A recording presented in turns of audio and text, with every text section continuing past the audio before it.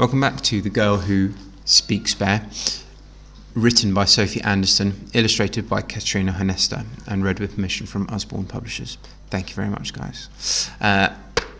Safety first, hard hat still on from our Joe Wicks Fancy Dress Fridays. We're on to chapter 7. It's called Into the Forest. I stand on the porch, feeling more awake and alert than ever before. Every drip and rustle echoes loud in my ears, and every scent sets my nose twitching. Tonight, the forest feels full of promise. I lift the hurricane lamp from the hook outside the door. The moon is so bright I don't need to light it yet, but further into the forest it will be dark. My claws click across the porch floorboards. I raise my toes to stop the noise, then take one last step into thick snow. The ice crust prickles against the soles of my feet. Although it's cold, it's not uncomfortable. It feels fresh and exciting. I lift my skirt a little and watch my furry feet make giant bear tracks as I sway across the garden, trying to figure out the best way to move my legs and keep my balance. A smile creeps across my face and I suppress the urge to laugh.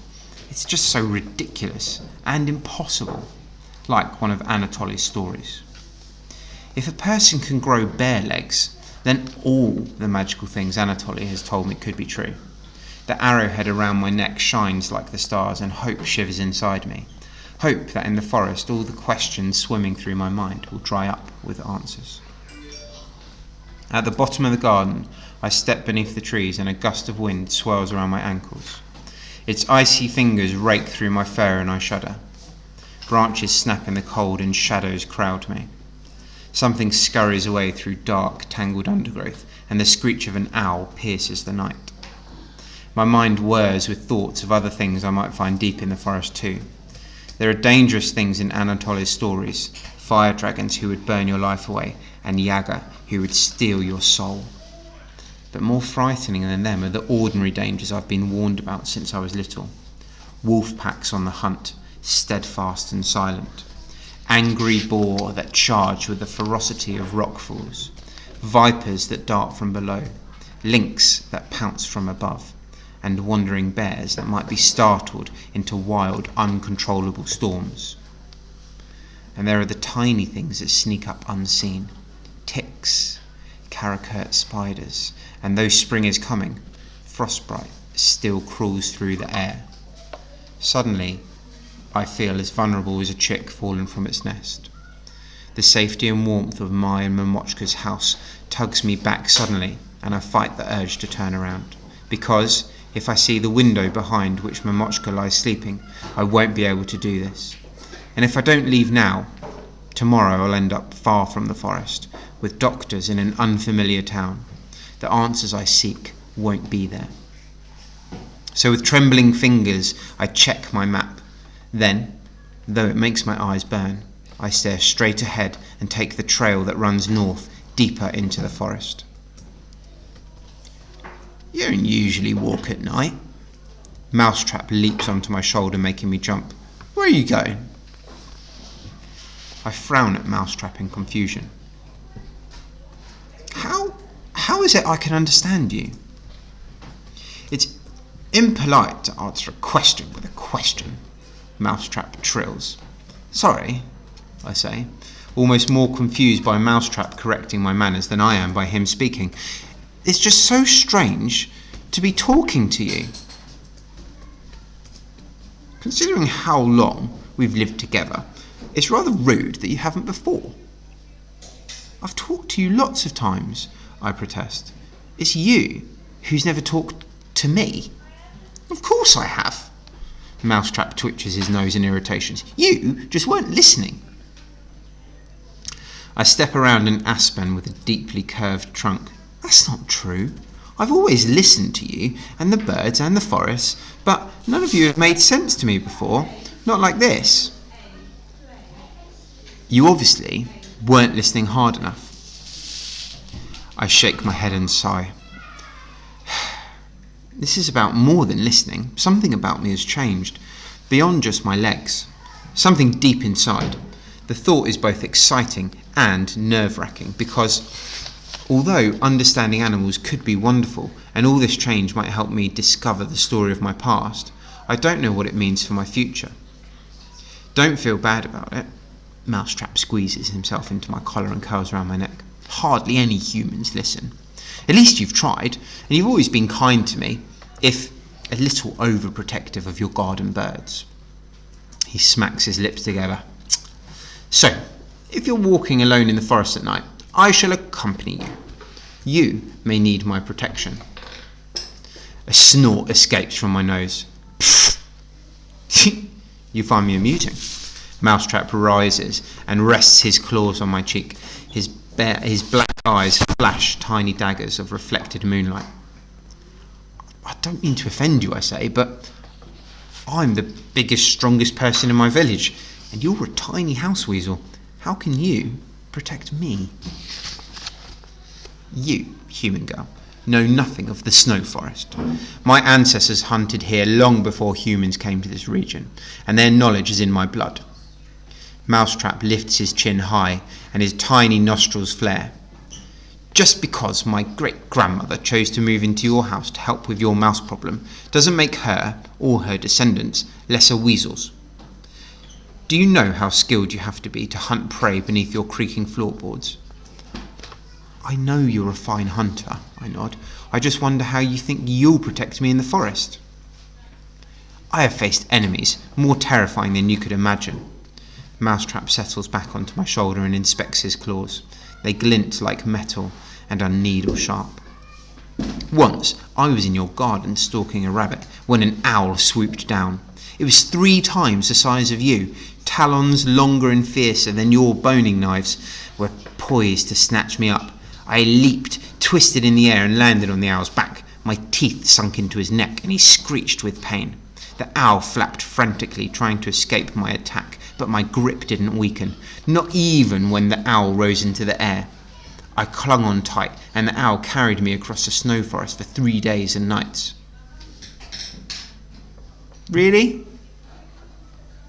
I raised my eyebrows. There are no owls that big, and even if there were, I can't imagine Mousetrap riding one. You don't believe me? Mousetrap puffs out his chest. My face flushes. Considering I have bare legs and I'm talking to a weasel, it seems unfair that I should doubt Mousetrap's tale. I'm amazed, that's all. I clamber awkwardly on all fours over a fallen cedar blocking the trail. Because my legs are so much bigger and stronger than my arms, I worry I'm going to tumble head over heels. I saw the whole of the snow forest in those 3 days, laid out beneath me like a blanket. Mousetrap waves a paw over an imaginary world beneath his nose. The forest is so vast that when it's morning on the east side, it's night on the west side. It's so far-reaching that you could walk all day, every day for months and never find the end of it. Which brings me back to my question. Where exactly are you going? I slide a hand into my pocket and curl my fingers around my map. Feeling the paper is a comfort. The forest might be immense, and I might not know exactly where I'm going, but I have my map to guide me. This trail runs north, I say confidently, and Anatoly has a cabin along it. I'll probably stop for a rest when I reach it. And get some of his freshwater cod. Mousetrap licks his lips. That's a fine mission. How far away is it? I thought you knew about the forest. I glance at Mousetrap, suppressing a smile. I do. Mousetrap jumps off my shoulder onto a nearby branch, but I don't bother myself with trifles such as the exact location of human cabins. I think we should get there in an hour or 2, I say, hoping it's true. I'm not sure of the scale or distances shown on Anatoly's map. You think? Mousetrap stops in his tracks and stares at me. You think? You mean you haven't been there before? I have, but it was a long time ago. I think back to the last time Mamochka took me to visit Anatoly. I was about 5 years old, and I ran off after a bird. Mamochka couldn't keep up and panicked, thinking I'd be lost forever. She found me, of course, but after that she said it was safer for us to stay in our house and let Anatoly do the visiting. My stomach tightens at the thought of Momochka waking up to an empty house. She was already upset about my legs, and me disappearing into the forest will give her even more to worry about. I look up into the canopy, hoping something will distract me. But guilty feelings are like thirst or hunger. They gnaw away at you and are almost impossible to ignore. Mousetrap jumps back onto my shoulder and shakes the snow from his paws. If the cabin is that far away, wake me when we get there.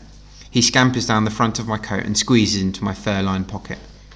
Hey, what happened to you protecting me? Yeah, this is a safe part of the forest, Mousetrap says in a muffled voice, and ends the conversation with a drawn-out, high-pitched yawn. Trees close around the strip of star-filled sky above, and I slow down to let my eyes adjust to the darkness. I don't want to light the hurricane lantern yet. I don't want the hiss and the stink of the burning oil to overpower the sounds and scents of the forest. Now that Mousetrap is quiet, I realise how much I've been ignoring my surroundings. I need to pay more attention, be alert for dangers. I stop, hold my breath and listen. Leaves rustle above me. A small bird hops along a branch, then flutters away. Frost crackles and icicles creak. Something scratches, scrambles, darts up a tree. The nighttime noises are unfamiliar. They move differently through the trees and echo louder in my ears. Fear tingles all around me. I stand tall and take another few steps. The new weight of my feet and the feel of my claws is reassuring. It reminds me I'm strong, even stronger than before. I can cope with whatever dangers lie in the forest. But then the trail dips into a tight knot of pines and every drop of starlight vanishes. I stop and squint into the darkness, fumbling in my pocket for matches. I stifle a groan as I realise I forgot to pick some up. Then, something moves ahead of me. Something large. It knocks a branch, sending a flurry of snow to the ground. My muscles tense. The howl of a wolf far in the distance cuts through the air and shatters the strength I felt a moment ago. Mousetrap! I whisper, poking my pocket. Are we there yet? He asks without moving. I swallow back the lump that has formed in my throat. Asking for help feels like lifting a heavy log. I should be strong enough on my own. I peer between the trees again, but all I see is darkness. I need your help, I say finally. To see. To see what? Something moved up ahead. Mousetrap peeps out and sniffs the air. It's a deer.